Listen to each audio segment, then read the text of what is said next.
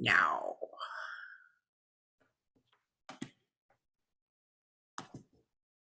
Hi, everybody, and welcome to Building Bridges Games for Change Town Hall. We have Wyatt Schwendeman-Curtis, who is running for mayor of Wellington, Colorado. I'm going to tell you a little bit about Wyatt. Wyatt is running for mayor to foster community, responsibility, and genuinity, and to build a strong future of growth. Ladies and gentlemen, Wyatt Schwendeman-Curtis. You want to tell us a little bit about yourself, and then we'll jump into the questions? Yep. Like you just said, I'm Wyatt Schwendeman-Curtis. I'm running for mayor of Wellington, Colorado, which is, a pretty small town where our population is 11,700 people. We got about 6,900 registered voters, and our town has gone through a lot of change these last few years. A lot of it has been on water issues. That includes the water and wastewater treatment plants, infrastructure, like anything in Colorado. Colorado's seeing an influx of growth. So all these towns and communities are having to deal with how do they handle that growth and get infrastructure in place for that growth. So I decided to run because I sat on the Citizens Roundtable, being just a citizen of the town, on the wastewater treatment plant. And we really had to come up with creative ideas to help fund a $40 million project to build a new sewer plant, to, get to, so we're not running into capacity issues and stuff, since our town has blown up in the last 10 years. So in that process, it was just a great learning process on local government, and how much really truly the local government is what makes a difference on the community, the local community, and people's just everyday lives. I feel like you kind of make a difference in a federal and state level, but you really make the difference on people's pocketbooks and just local policy. So it was just a fascinating process to be a part of these last few years. I've been on that for 2 years now, and have absolutely loved it. And in that process, got to know, the current mayor, current town of trustees, the community. And just after hearing that the current mayor was not running for re-election, I was encouraged to look at this, and obviously talk to friends and family, and decided to go for it. I was a little nervous because it's a small town, but after just, a few things, learning that, this town is split a third, and a third. So meaning it's split a third Democrat, a third Republican, and a third unaffiliated. And that's kind of how Colorado is in general, which we were discussing before we went live, but that's kind of how Colorado is in general. So it makes it a true, I would say kind of like a purple state, where we really have to, appease to everyone as much as possible. Sorry, I'm just seeing questions come in. I'm going to minimize that so I'm not getting distracted. But yeah, it's been an awesome process. But what I announced my campaign at the beginning of January, and the last, I guess it's been 2 months now, I've gotten great feedback. And being an LGBT candidate from a small town, this is definitely a rural town, farming community. I've been very impressed with just the community and the interaction with the community, and just getting the positive feedback from everyone. So it's been amazing. And even getting county support. For example, Jenny Arndt from Fort Collins is supporting me. Some of the county commissioners are supporting me, because as this town grows, we're going to need to have that kind of cross community conversations on infrastructure, because we're going to run into county roads and state roads. So it's been something that our community hasn't had to deal with before, but now we're going to be making sure that we have a seat at the table. So having those connections with the the state, county, and even city governments around me is going to be tremendous. So it's been nice getting the support from them. Awesome. Well, we're so glad to have you here with us today. And we have questions already rolling into the chat. Christy, would you like to go ahead and ask your question?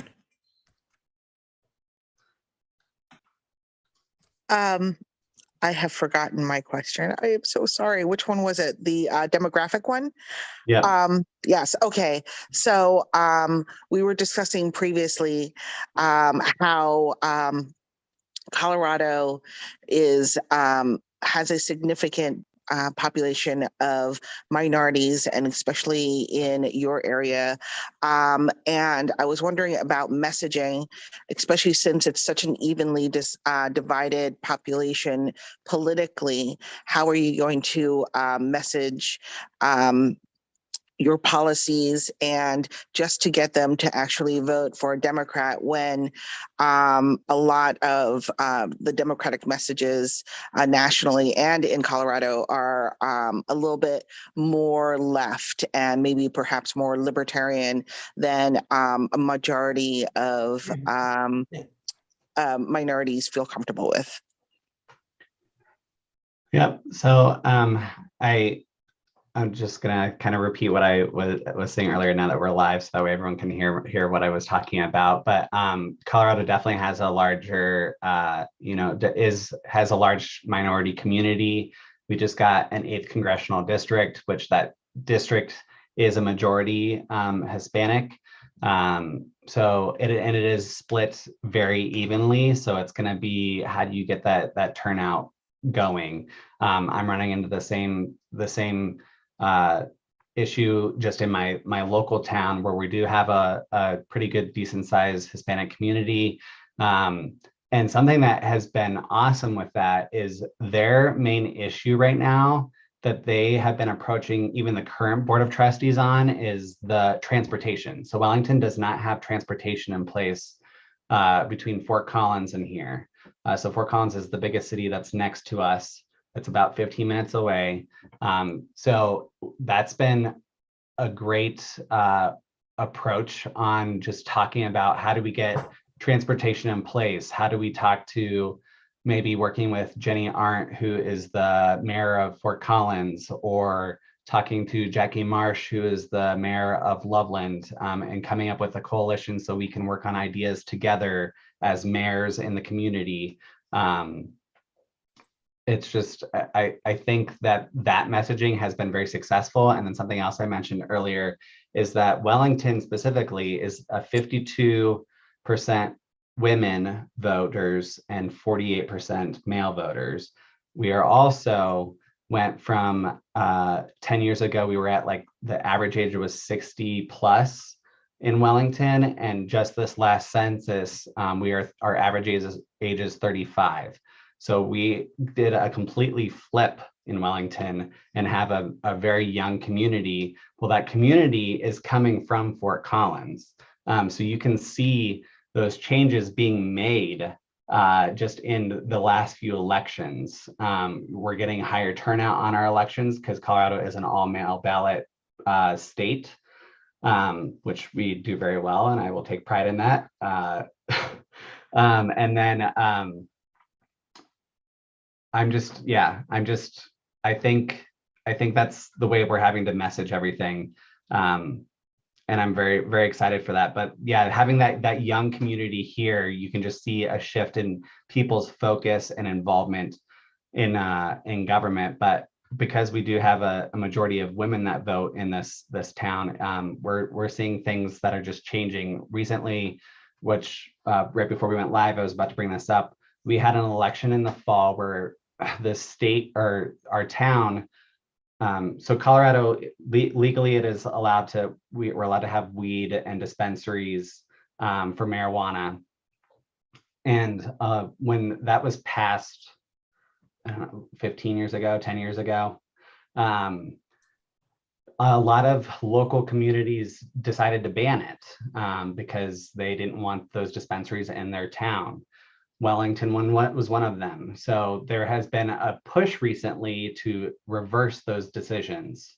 And that's because Colorado has grown in the last 10 years, and it's also a very younger community in the last 10 years. So our town just passed allowing dispensaries by 1 vote, which is crazy. It was also one of the highest turnouts that they've ever seen in our town elections. It was a 40% turnout, which might seem low, but that was high for our town, and it passed by 1 vote. And since then, everyone has rallied around accepting that vote and trying to figure out how we work with this and get the tax benefit from it, so we can create maybe a rec center or something like that. So it's just been interesting to see the shift in people's focus, just because of we are getting a younger community in our town and a more diverse community.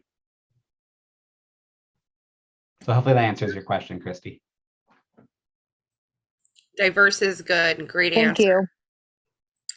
Thank you for that question, Christy. Susan wants to know, what is your strategy and mindset that you intend to use in your position as mayor, a way of handling things that will help you as mayor? So this next mayor, which will hopefully be me, I'm feeling pretty good.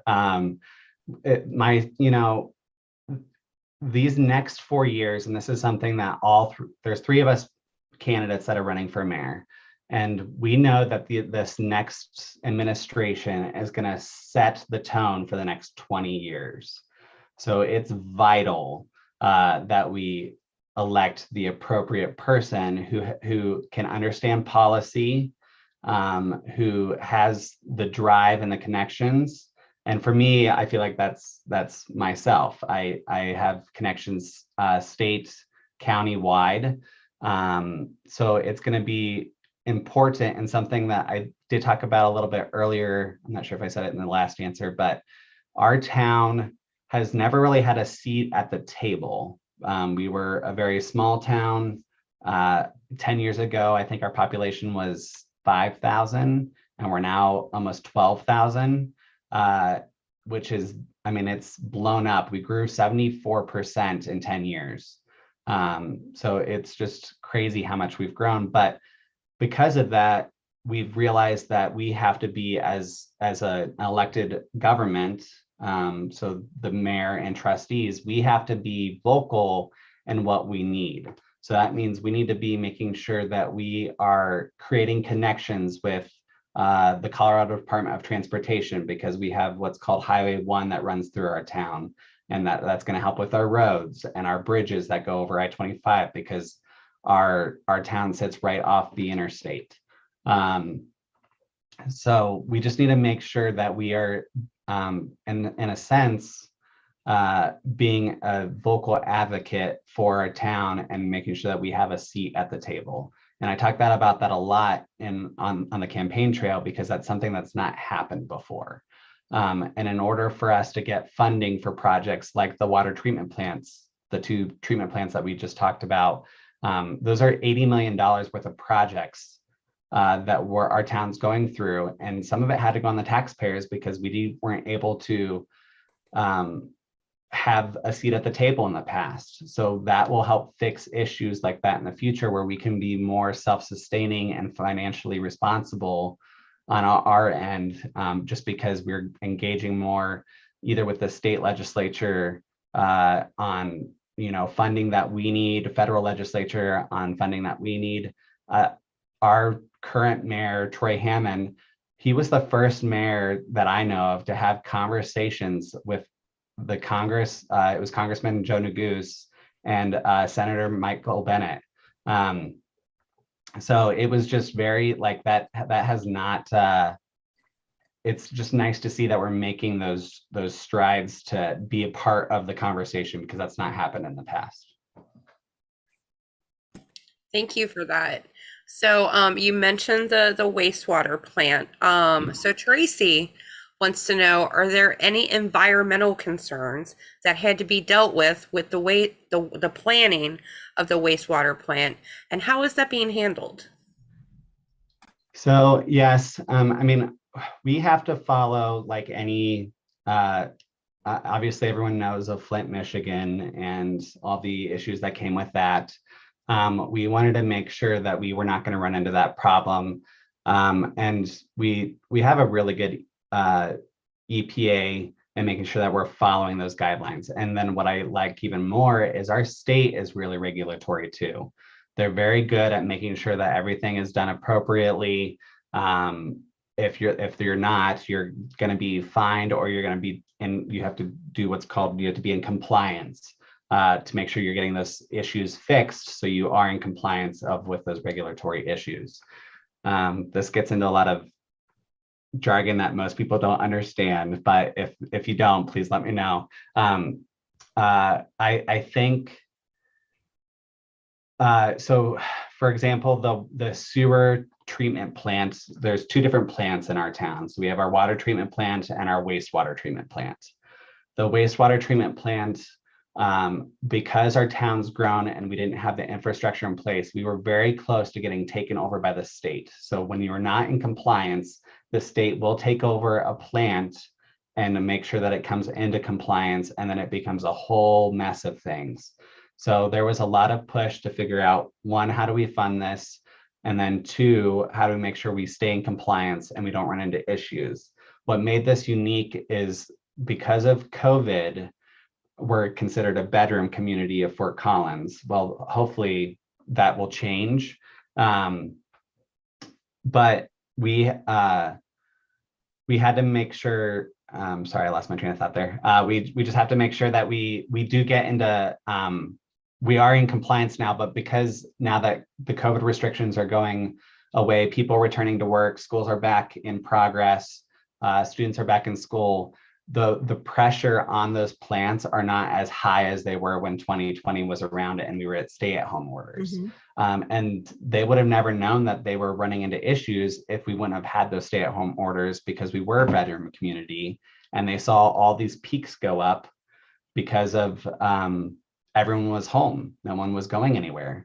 So it's just interesting to see how that's affected. And now that it's kind of tapered off, they're starting to see those peaks go down, but they're still seeing a pretty generalized line of they need to get these plants in place. So they're breaking ground this May, and they should be done within 2 years. We got a really good construction company that's been awesome to work with. And a lot of this is going to be something that kind of brings up to this question is, Wellington does not own our water. So a lot of municipalities have their own water through reservoirs or water rights, which is a whole nother legal issue. But how do we, as our town grows, become self-sufficient and making sure that we either find ways to purchase our own water so we're not running into the issues in the future, or be a part of either a Fort Collins program or programs that are towards the mountains, the smaller communities that are near us, so that way we can maybe do a community reservoir to where we do have our own water rights, and we're not having to struggle the way we are struggling right now. Thank you for that. So we're going to switch gears a little bit and talk about the opiate epidemic in Colorado. So last year there were 103,306 deaths in the U.S. To overdose, and that is up 48%. And Colorado exceeded 1,800 of those deaths. And you shattered your 2020 record, unfortunately, at 1,477. Your state data shows that fatal overdose deaths in Colorado increased approximately 38% from 2019 to 2020, your largest year-to-year increase since Colorado started tracking overdose deaths. Now, we know that local government and law enforcement play a big part in deterrence, education, resources, and aftercare for struggling addicts. If you are elected mayor, what is your plan to improve the lives of struggling addicts in Wellington? That's actually a great question. It's something we are actually in the process of talking about right now. So Wellington does not have a community resource center, meaning we don't have any access to mental health, um, drug addicts, marriage issues, anything like that. No adoption, like foster care, all that stuff. There's no resource center in Wellington. As we're getting bigger, we're realizing we need that when we probably needed it a while ago. So we're actually working with uh, our Zion Lutheran Church, which is a big part of our community, has this community garden, and they're actually looking at, and they just announced this last week, so I'm glad that we're actually talking about this right now. They're going to be building our first community resource center. So it is coming to our town. They've been working with Fort Collins has a really good organization. We've already had social workers who have said that they want an office in the resource center, mental health doctors, therapists. We already have the church's Zion Lutheran Church has already done a really good job at making sure that as this resource center is built, that those rooms and whatnot are going to be filled with people that are going to need our help. So it goes straight to your point of how do we support the community, especially for drug addiction, alcohol addiction, whatever it is. This is going to be something major that our town needs. We're also in the process, in these next 4 years, we will have our own police department. Currently, we are contracted through LCSO, which is the Larimer County Sheriff's Office. And as a smaller town, that was fine. But now that we're growing and there's resources that we need, we are going to need our own police force. And so that's going to be a big part of this next mayor and board of trustees, is setting that tone on the chief of police that they hire. And then they'll set the tone for the rest of the police, the deputies and stuff that come on.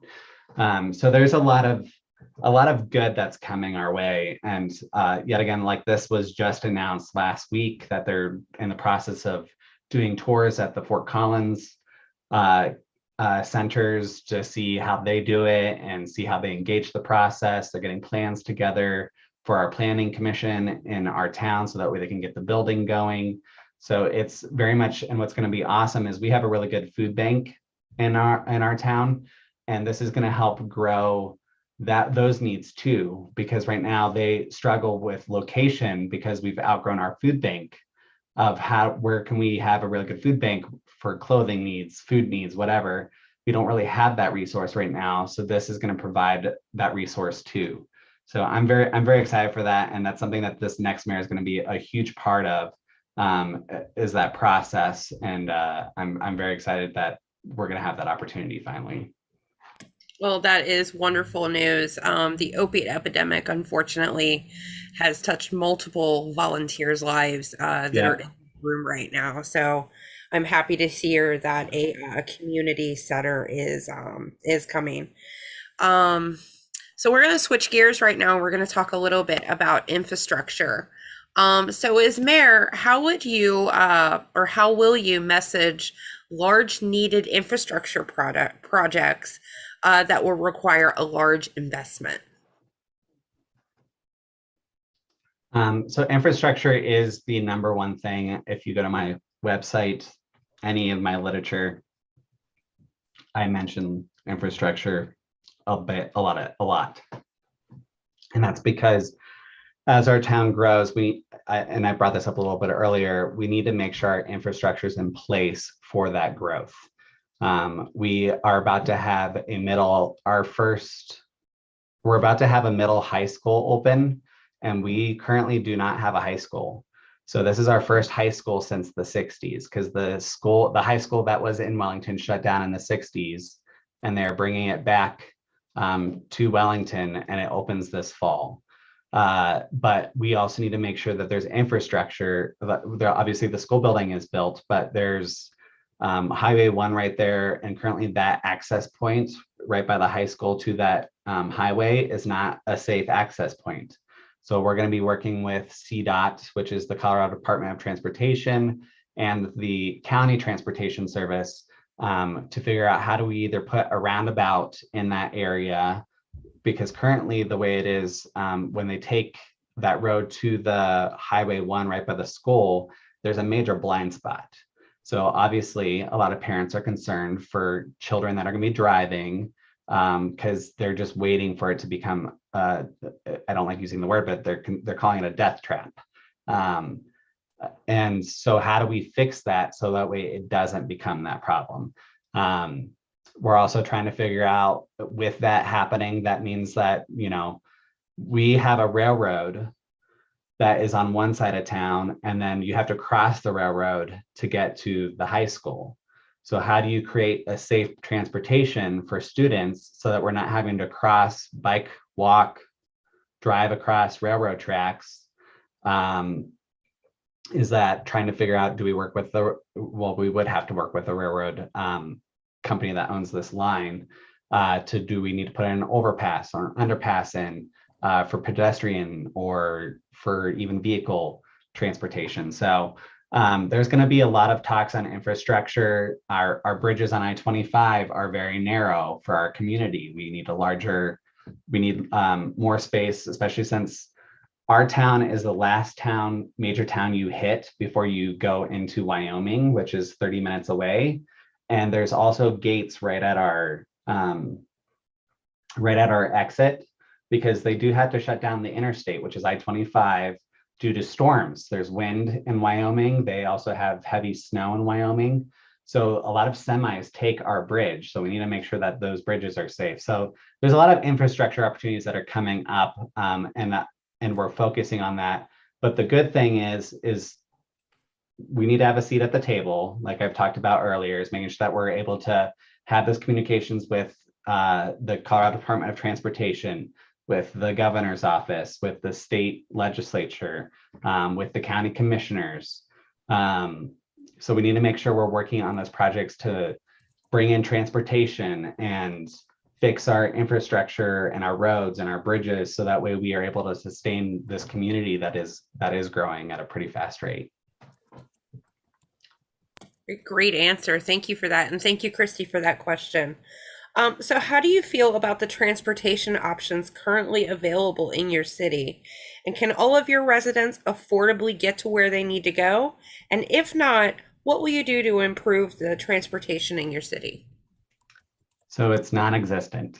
There's zero transportation in our town. You can drive your own car, but there's no bike trails that connect to Fort Collins. There's no walking trails that connect to Fort Collins. Yet again, we're only 15 minutes away.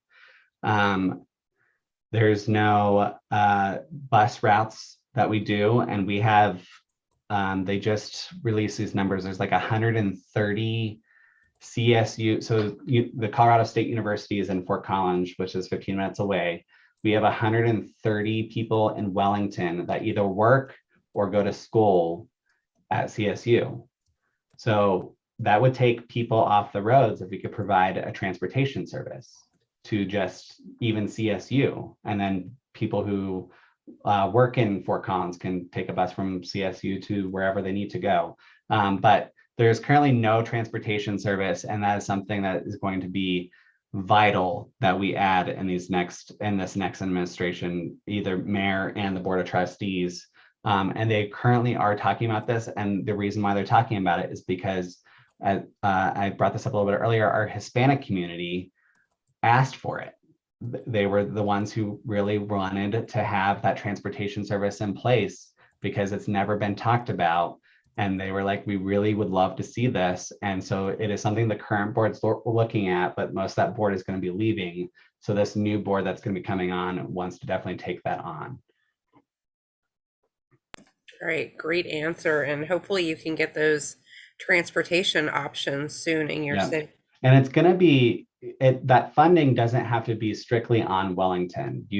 All you have to do is work with, if you have a great partnership with your community city, which would be Jenny Arndt's Fort Collins, if you have a great partnership with them, it's a give and take situation, right? So that if they're able to provide transportation and pay for a portion of it, it doesn't put the burden on just Wellington residents. So it allows us to work together, and it benefits Fort Collins too. So it's going to be an awesome partnership. Okay, so I have one more question about infrastructure, and then we're going to move on to another topic. So if someone came to you with a proposal to build a new piece of public infrastructure for Wellington, like a road, a bridge, along those lines, how would you evaluate whether or not the project was worth implementing? I mean, the great thing is we have a really good planning commission. So it would technically go through the planning commission first and then go to the board of trustees and the mayor. But we're always to listen to people's ideas and what they want to see, which is how we're discovering ideas of like the bike trails. That's been really public, just on the campaign trail, that's been really publicly pushed to a lot of the candidates because they really want to see bike trails from here to Fort Collins. So a lot of that is, so we need to take that to the planning commission. How do they start figuring out what that cost is going to entail, and can we do a partnership with the surrounding communities? So that could be Bellevue, which is to our west, that could be Fort Collins, which is to our south. So it's just really trying to incorporate all the communities to see how it benefits everyone, and it's a shared, yet again, partnership. So we can do this as a group project versus it just being on one person's bill, in a sense. Something I am very excited about is, after this election, I think a lot of the mayors in the area have realized that they really need to create a mayor's coalition that will allow all of us communities to work together as one resource versus it being separate. It is going to be separate ideas, but it allows them to work together and allows like, okay, Fort Collins wants this done. How can we help Fort Collins? And in return, we're getting this work together. So it allows the communities to really work together in our county, which I'm very excited about. And all the mayors that I've talked to so far really seem supportive of this mayor's coalition idea for our county, because it'll allow us to work together on projects that we all know that we're going to be needing to work on.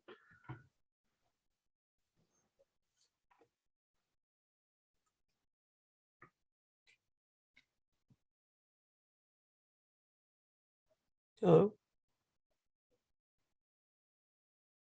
Yes. Sorry about that. I hit my mute button by accident. No, you're right. Okay, so we are going to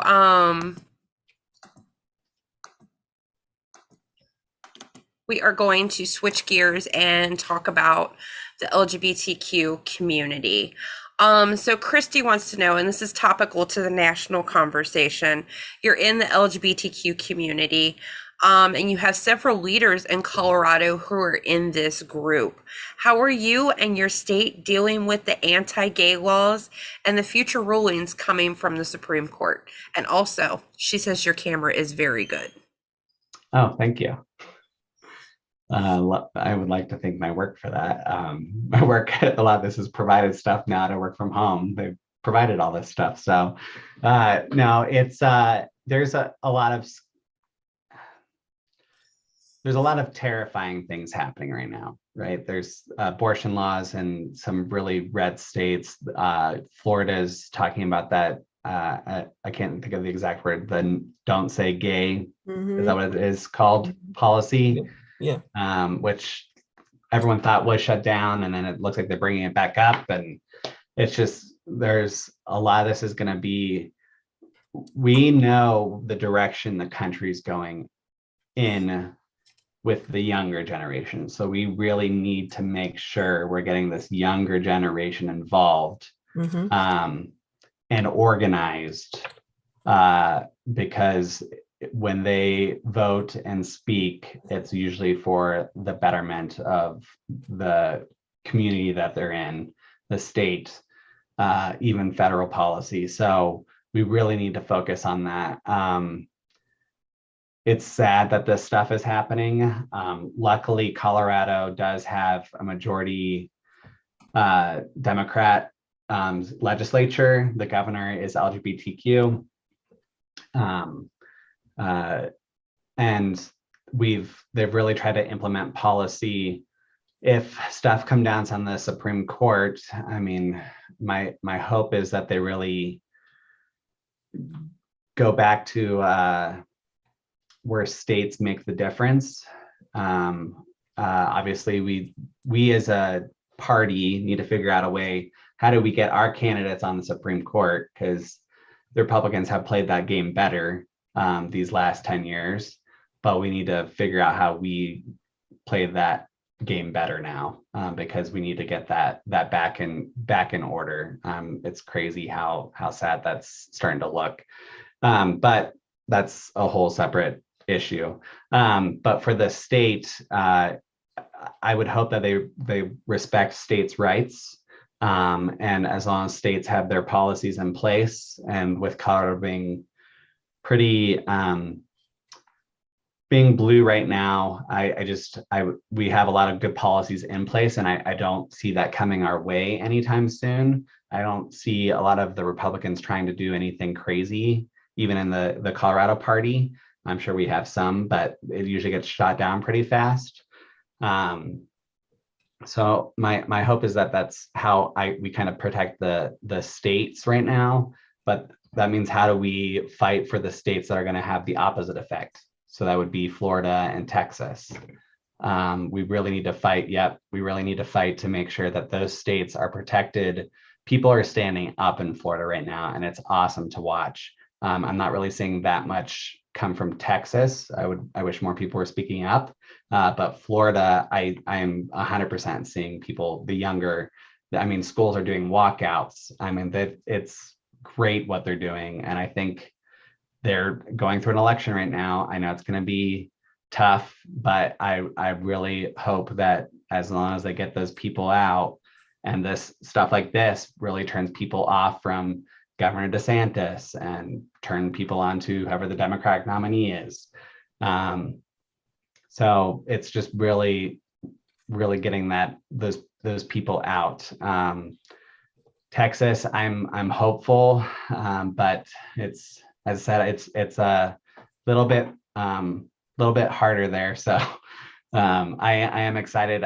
There you've got I think it's Beto O'Rourke, who's the Democratic nominee for Texas for governor, and we saw that he was very close to beating, I can't remember who the senator is, Cruz.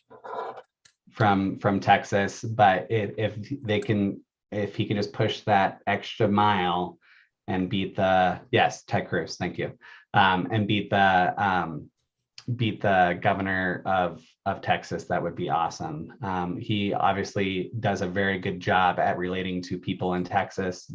Beto does, and he really goes for those moderates, and that's how you're going to win in Texas. And I'm hoping he is successful. He was so close the last time for the Senate race, and this governor's race is going to be very vital. So I hope that kind of answers the question. I feel pretty confident in our state right now, but I'm worried about the states that are opposite right now. Yeah, I'm down here in Florida, and I'm You went on mute. I'm down here in Florida, and I'm extremely proud of our youth for what they've been doing. And this next question, we're having a lot of problems with this down here in Florida. So in Wellington, are you seeing efforts in your town to use parental involvement as a wedge issue on school curriculum or inclusion of LGBTQ students? How would you propose to keep those lines of communication open to avoid that? We're very fortunate we're in the county we are. Wellington is a little conservative, but it's very slight because it's shifted drastically to being a moderate town. We're not seeing those issues come up in our community or our school district, which is the school district in this area would be Poudre School District. We just went through like most communities, went through a very crazy school board election. And you did have the people who talked about, is it critical race theory and all that stuff. And you did have they got trounced here. All those candidates lost 70% or more. And it was like, I mean, it spoke to like, this is not happening in our community. So that gave me very much hope. And then our town has a representative for the Wellington community, and she's a Democrat, and the person who was running against her lost by a lot. And I think that showed because people didn't want that talk happening. We want to, teachers to teach just how they should be teaching. It shouldn't be controlled by any sort of false news that's been coming out of the right side. So it's just, I've been very impressed with the community, and I don't see that becoming a problem here. And I think the voters spoke heavily on that in this election in November, this last November. And it was crazy how they were just trounced. So there was no election that was close at all. So I think that really showed that the community is behind keeping things as they should be. So my hope is that, and might be a good learning lesson for other communities, like how did Larimer County or how did the Colorado do that approach that they didn't have to run into that. But I can't speak to all of Colorado. I don't know if you watch any of the, a lot of you aren't in Colorado, but Parker, Colorado had the opposite effect. They did get people who were elected that believed in that stuff. They ended up firing their superintendent. The superintendent is suing the school district now because it wasn't a justified firing. And it's crazy because that superintendent is technically, I don't think he's politically affiliated, but he's a Republican. And it was just the more extreme had came out and spoke out against him because he wasn't changing things the way that they wanted to see that change. So that's where, the lawsuits are going to start to come in and all that fun stuff. So, and now all those school board members that were elected in that community are actually being, there's petitions going around for recalling them. We have a very simple process in Colorado where recalls are pretty easy to get on the ballot. So it'll be interesting to see because a lot of the community and parents are very upset of how it went down, that it could turn into a recall process. And this happened in Jefferson County a few years ago, and it was successful. So we'll see how this goes. Well, I'm glad the teachers in Wellington at least Yes. are able to teach, because LGBTQ history is American history and It Black is. history is American history. So Yeah. I'm glad that they have that freedom there. So we're gonna lighten it up a little bit, and Susan wants to know, mayors hardly rest, and you may need to attend an emergency late into the night. How will you stay motivated in your role as mayor? So I've always been pretty involved, and for me, it's the passion of the community. So the reason why if you look at all my stuff, I've got 3 keywords: community, responsibility, and ingenuity. Community is always my number 1 priority, and that's just because of how this Wellington is and prides itself in community. The campaign trail is obviously, like any candidate, it's a little tiring, but it's worth it because you really get to know every single voter. You go to all these events and you get to meet more people. It is true that, as the mayor, I will get late night calls and have to go to emergencies. You know, we have a few houses that have burnt down these last few years, and the mayor has to be able to respond to those and be there. So it's very much. I don't see that being an issue when you're really helping the people that are in your area and then people that are in need. It's just a driving force in general for most people. So I'm very excited. Just these next 4 years. It's my first campaign ever. It'll be my first elected office. But I've helped on campaigns for years now. And I'm just excited that, you know, as an elected official, I feel like I will be able to make that difference in the people's minds and hearts. All right, great. Thank you for that answer. If anybody has any more questions, feel free to put them over into chat. So this is a question I ask all of the candidates. It's a hypothetical question. It's kind of fun. It kind of gives us an insight to like where your heart is. So if you were to receive a $1 million grant for you to use in your city any way you want from your governor, what would you do with it and why?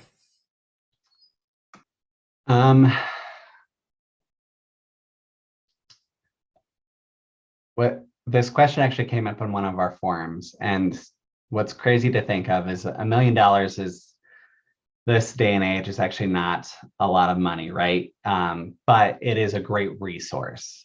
So for that grant, when we were answering it, and something that I had definitely made sure that I talked about was, how do I spread those resources?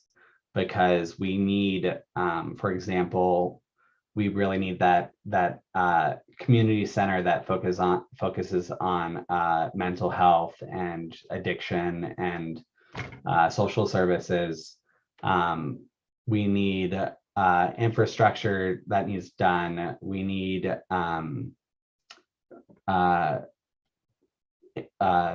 roads and bridges, and it's just, how do we spread that and prioritize that? And for me, that priority definitely goes towards the number one thing that the community has always asked for is a rec center. We currently do not have a rec center. That's something people are very passionate about, especially since we have a very young community. As I said earlier, our average age is 35. So that means a lot of parents with young kids. So they really want to see that rec center for their children. So that's more of like the fun side, but there's also the community center that would be more towards the mental health and social services side. So it's definitely, when it comes to that, if it's an endless where I don't have a restriction of where I can put that money, I would definitely want to make sure I'm prioritizing getting community involvement on what they want to see is also vital. I think you definitely want to hear what do they want to see that money go towards, but I think those would be the top two priorities for me. Awesome, great answer. So Kaz, who you know pretty well, Yep. wants to know, how will you foster and create a sense of a place and community with so many new residents moving into the new area?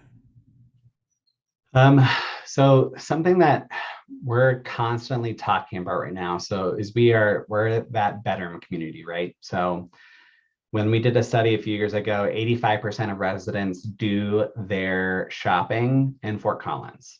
Mm-hmm. So how do we turn that around? That is we need more businesses here, restaurants. We don't have a clothing store. We don't have a home goods store for people to get their necessities like a microwave or a coffee pot. That just doesn't exist here.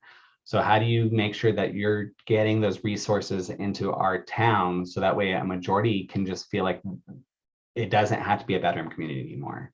And I think we're very much on that track. We're going through a land use code update right now. We're also going through like an overall vision of how we want to see our community the next 20 years. It's like a vision document that we're creating. So it's exciting to see that we're definitely working towards making sure that we are creating that atmosphere here. But what's going to be vital with that is this high school. It is creating a huge sense of community pride that hasn't existed since the 60s. There is no, because there's been nothing to rally around, right? There's no, when you have a high school in place, you have Friday night lights, you have sports teams, you have theater programs. They're going to have a swim team. The swim team's going to have to practice out of Fort Collins still, but hence why we want a rec center so they can practice here. But there's like 19 different sports that they're going to have. They're really focused on the arts too. So theater, art shows, whatever.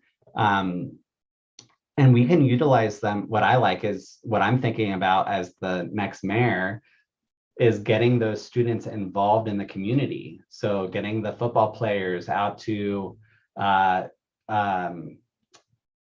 4th of July event, which is the biggest event that we hold. So they can be volunteers for the bounce houses for the little kiddos, and they can be wearing their jerseys.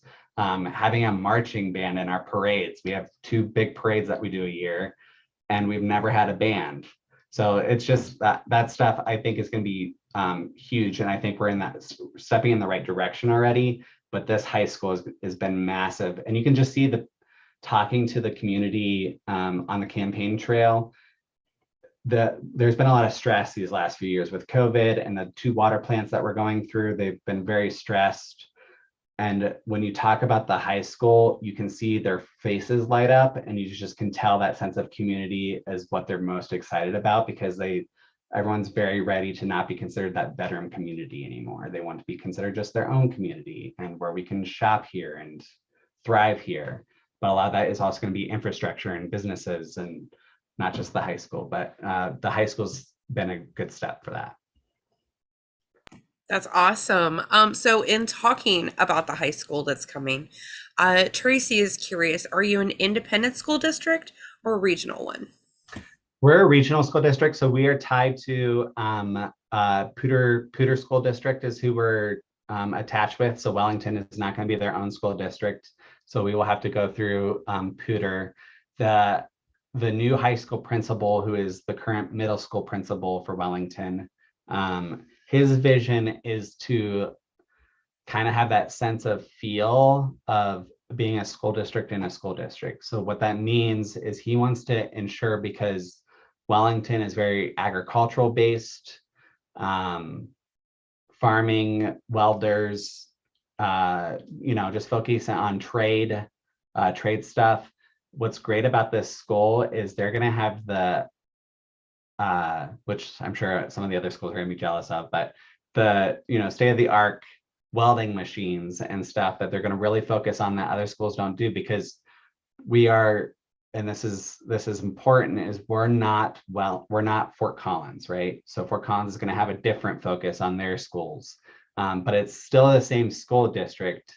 But how do we separate that Wellington is more agricultural based, and how do we get those students ready, who most of Wellington students will probably go more towards a trade versus going to a college degree. They're going to focus on trade there, where Fort Collins will probably be more focused on college opportunities. So that, I think that's going to be vital, and that's something that a culture that the new principal is really trying to approach too.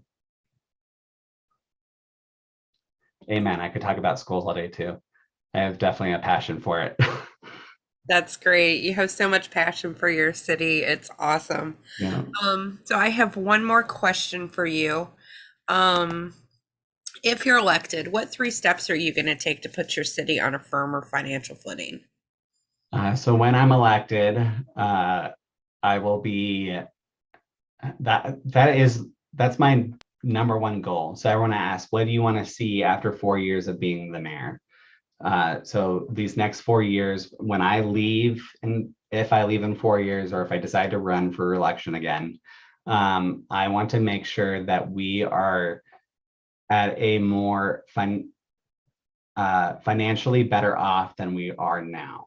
And that's just because currently we don't have a lot coming into our town. So we don't have a lodging tax, for example, in our town. We don't have, so we have a hotel here, but we don't get any any taxes from that hotel. A lot of it is going to be, how do we grow businesses here so we can get more sales tax, so that way it goes towards the general fund. We need to figure out ways that we're increasing our general fund so that we're financially better off than where we've been, so we're not running into issues of the water treatment plants that we ran into these last 4 years, where we really struggled at trying to figure out how to fund them, and then it ended up, portion of it had to be on the taxpayers, which was not good. So I think we're definitely stepping in that right direction. Something I would really love to see is there's no tax benefit or business incentives for businesses to come to Wellington. So how do we create a program that gets businesses wanting to come to Wellington? And that is huge. And something that is definitely going to be discussed heavily within the first 6 months of this new administration. So because we are going to need business growth to sustain these projects that we're going to have to go through, because it's not just the plants we're going to be going through. Even if we did a project with CDOT, for example, on the bridges, we still have to be able to provide 20% of that revenue, or that to pay for those bridges. So, the community that these are a part of, you're still expected to pay a portion of it. So we need to make sure that we are not putting that burden on the taxpayers, and we're figuring out a way to be financially better off. And I think that's going to be increasing those ways to get businesses here. So we're increasing our general fund through sales tax and creating a lodging tax that doesn't exist currently, which blows my mind, because we're just missing out on money right now for not having that. Yeah, it sounds like it for sure. Great answer.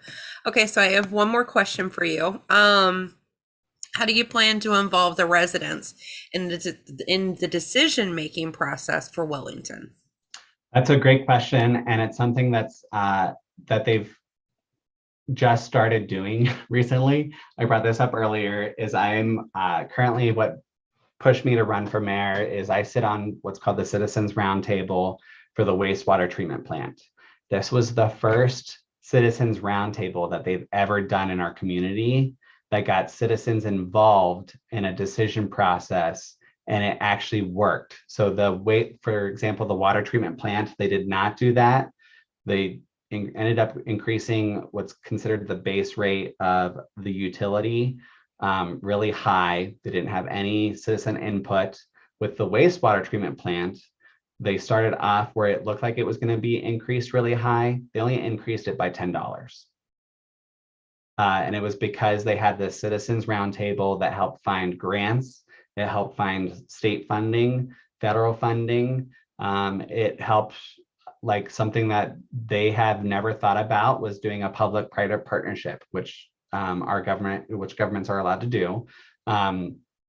So it's just stuff it's ideas, and that's why one of my words is ingenuity, because we need to have ways that are very creative to making sure we're having these solves for this. So yeah, that's going to be, we're going to be creating more of those roundtables, because we saw such a huge success on just that one, and that was just because it was the first time that our town's based off of a town administrator who's the one who controls a lot of how, like, the policies rolled out and stuff. And she started, I think, less than 2 years ago, and the new trustees that also started 2 years ago have been really engaged in the Colorado Municipal League, which is CML. And we're going to those conferences have been a huge help to just figuring out how do we find creative ideas to get citizens engaged, and this was one of them. And so they're hoping to create more of these roundtables that will stay throughout. So this, for example, that Citizens Roundtable that I'm a part of on the wastewater is going to stay in place. It's not going away. So they'll be able to provide feedback these, next 4, 8, 10, 20 years from the citizens, just by keeping that roundtable going, and hopefully finding new solutions to find more savings and more funding. Great answer, Wyatt. Well, I just want to thank you so much for being here this evening with us. You guys can go to WyattWellington.com to learn more about Wyatt, and if you want to donate to Wyatt's campaign, you can go to WyattWellington.com/donate. And with that, Wyatt, I would like to wrap this up with you giving us a 2-minute elevator speech on why Wellington should vote for you for mayor. I love that. I haven't heard the word elevator speech since college. So I love that you just brought that up. I went to school for political science, so that was like something we always talked about in class. So, you know, there's 3 of us candidates that are running for mayor, and what's important when the community is looking at who they're going to vote for, you need to see who has the drive, the passion, and who's been involved. I think that's vital. You have to see who has been out there in the community, been on, for example, the roundtables. I'm also the chair of the Community Activities Commission, who puts on the 4th of July every year. So who's really getting out there, engaging with the community and the citizens. So it's when people are making that decision, I hope they look at, you know, each candidate closely. It is a nonpartisan race, so we're not releasing how we are registered mostly, even though there's ways to tell through donations and endorsements and stuff. And you can and our town has done that. So, but I think for me, the most success I'm seeing is just by me getting out there into the community and talking to the community one-on-one, because I can relate to the people, and just having a simple conversation. I do coffees almost every day. I can't drink beer, so I don't do any happy hours, but I don't mind meeting at a brewery. We have 3 in our town, our small little town, which is awesome. But you know, it's just getting out there and talking to the people and really getting to know them one-on-one and going to all the events. I mean, it really shows if you're showing up, you know that that person that you elect is going to be there after the election. You don't want someone who's not going to be there. So I definitely encourage you know, the Wellington community to make sure that they're doing their research and they're seeing who's engaged. And for me, that's me. All right, Wyatt. Well, we appreciate you being here. And I think I can speak for everybody here. We are all highly impressed by you.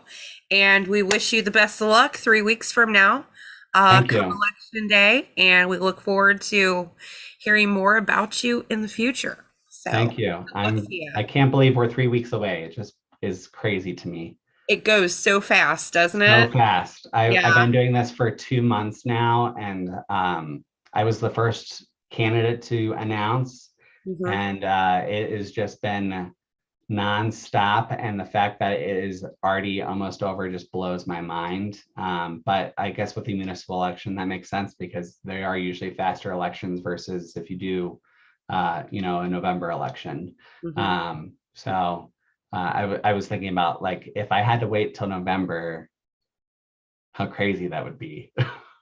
But I don't, so that makes There me you happy. go. All right. Well, we appreciate